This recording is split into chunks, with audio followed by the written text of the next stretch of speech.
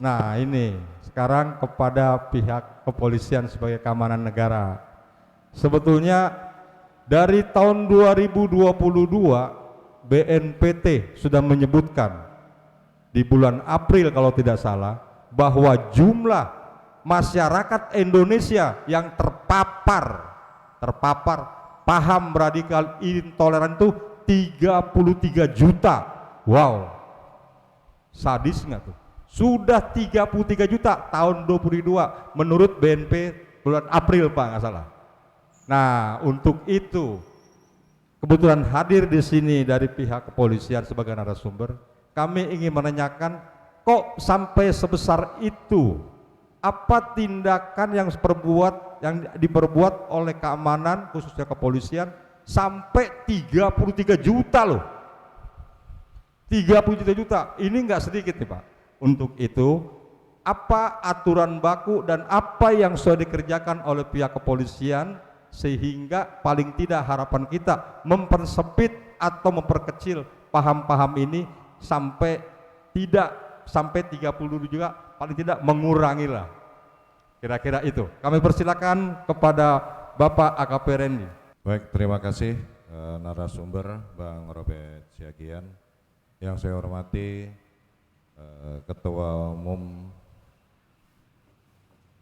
Jembatan Kemajuan Bangsa, Bu Eka Wiwit, Bu dari Kesbangpol Jakarta Barat Bu ya, atau DKI? Jakarta Barat ya.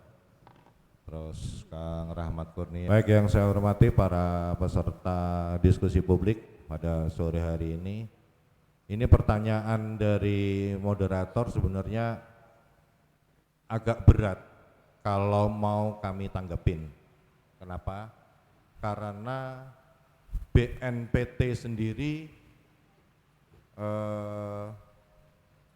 tidak pernah merilis metode penelitian. Mohon maaf ya, metode penelitian sampai muncul angka 33 juta penduduk Indonesia yang katanya terpapar radikalisme dan intoleransi. Kenapa? Kami terus terang aja juga kaget kalau tadi moderator menyampaikan ada 33 juta, sementara penduduk Indonesia saat ini lebih kurang 250 juta. Betul ya? Bu ya, 250 juta ya. Lebih kurang, ya kan? Itu berarti kalau udah 33 juta ya lebih dari 10%. Nah, kalau memang jumlahnya udah sampai segitu, berarti ada yang salah. Siapa yang salah? Ya kita semua. Kita semua yang salah. Kenapa? Kalau dibebankan pada Polri, pada TNI saja untuk bagaimana mencegah, mereduksi, mengurangi masyarakat yang tidak atau yang terpapar radikalisme, intoleransi, ya kami pun juga terbatas. Mungkin para peserta perlu ketahui jumlah personil Polri berikut dengan PNS total per tahun 2022 kemarin itu 600.000 se-Indonesia. Jumlah yang sangat sedikit dibandingkan dengan jumlah penduduk, jangankan se-Indonesia, 600.000 itu DKI Jakarta kalau siang kalau nggak salah 10 juta, kalau malam lebih kurang sekitar 7 jutaan. 600.000 polisi mengcover DKI Jakarta saya rasa pun juga nggak sanggup, apalagi ini mengcover se-Indonesia, negara dengan ribuan pulau. Kalau memang betul data dari BNPT menyampaikan 33 juta, berarti itu merata seluruh Indonesia. Jadi kesalahannya ya ada pada kita semua. Itulah kenapa kami membutuhkan peran serta, peran aktif masyarakat.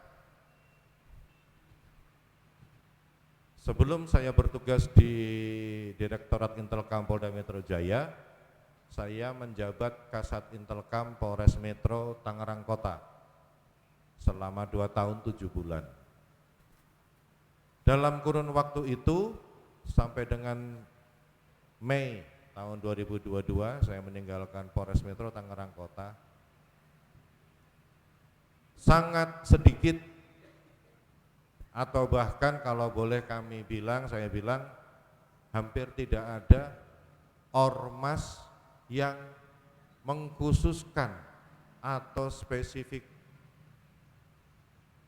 terkait penanggulangan paham radikalisme, intoleransi, bahkan penanggulangan terorisme. Baru kali ini saya diperintah oleh pimpinan menghadiri diskusi publik yang panitia penyelenggaranya mengkhususkan pada penanggulangan IRT, intoleransi, radikalisme, dan terorisme. Terima kasih Bu Eka Wiwit atas spesifikasi pengkhususan program dan dibentuknya JKB. Jadi Bang Robert, agak susah kami untuk menjawab, tapi kalau ditanya strategi apa yang bisa dilakukan oleh kami dari Polri, sebagaimana teman-teman mungkin tahu bahwa kami di Kepolisian Republik Indonesia dari sejak tahun 2000, sebenarnya tahun 2000, tapi puncaknya itu tahun 2003 pasca pengungkapan kasus bom Bali 1 tahun 2002, itu kami mulai concern terhadap penanggulangan, pencegahan dan penanggulangan terorisme. Kemudian terbentuklah di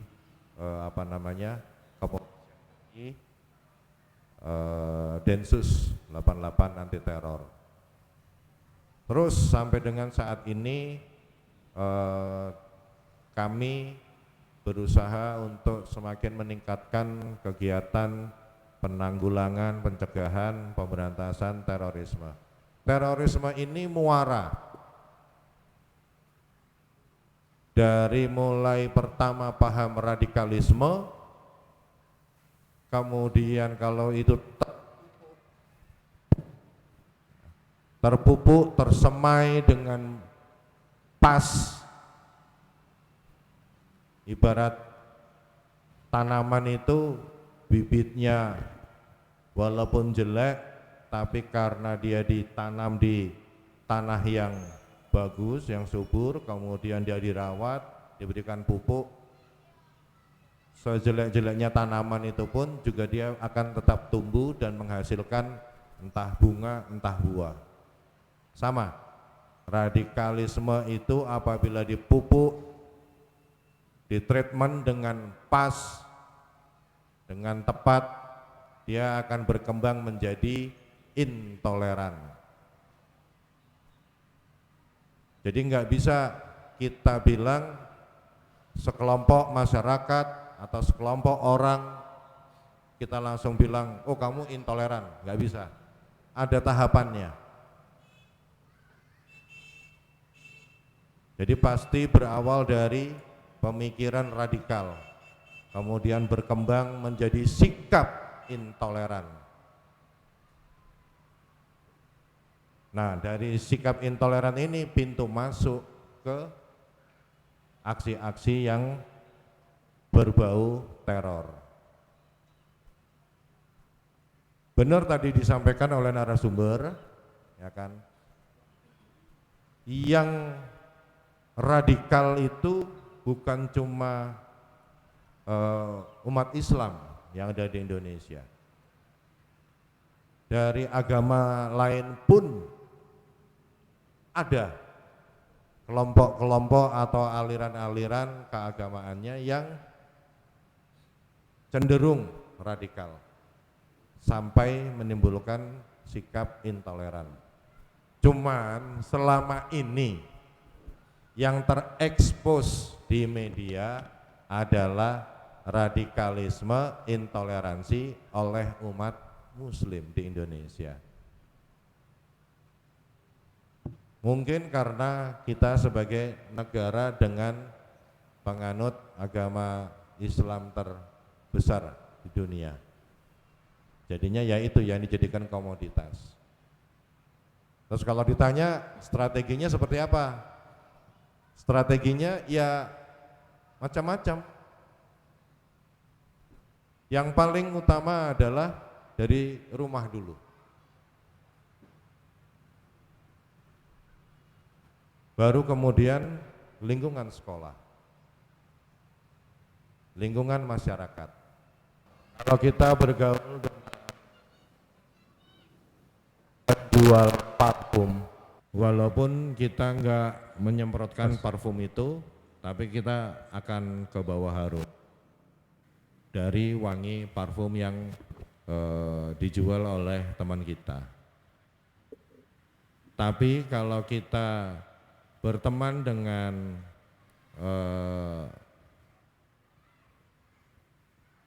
warung sate, nongkrong di situ, walaupun kita nggak makan sate, tapi pasti bau panggangan, bau arang itu akan menempel di badan kita.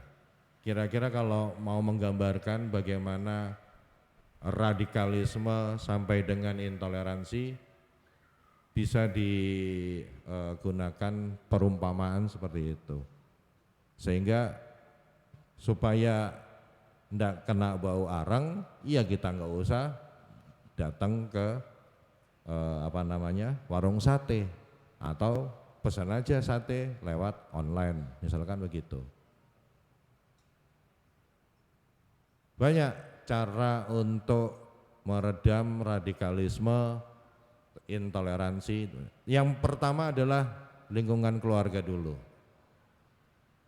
Jadi di sini ada Bapak Ibu, ya kan. Tolong ajarkan anaknya dengan pemahaman atau pemikiran yang moderat. Moderat itu bisa menerima perbedaan. Toleran. Ya kalau jangankan kita bicara beda agama, satu agama aja sampai dengan detik ini masih susah. Ya, Kang Rahmat ya. Kita akuin. Maaf Pak, 5 menit lagi, 3 menit lagi waktunya. Apalagi antar agama. Nah itu tantangan. Tantangan buat kita semua, kami, Polri, saudara kami, TNI, dan masyarakat untuk membantu, saling membantu bahu-membahu supaya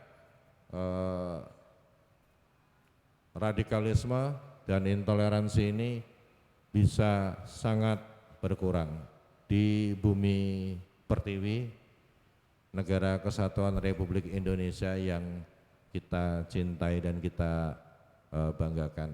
Saya rasa itu Bang Robert, kalau ditanya lebih jauh tentang data dari BNPT ya saya agak susah untuk mengomentari lah. Siap. Ya, terima kasih. Terima kasih, tepuk tangan.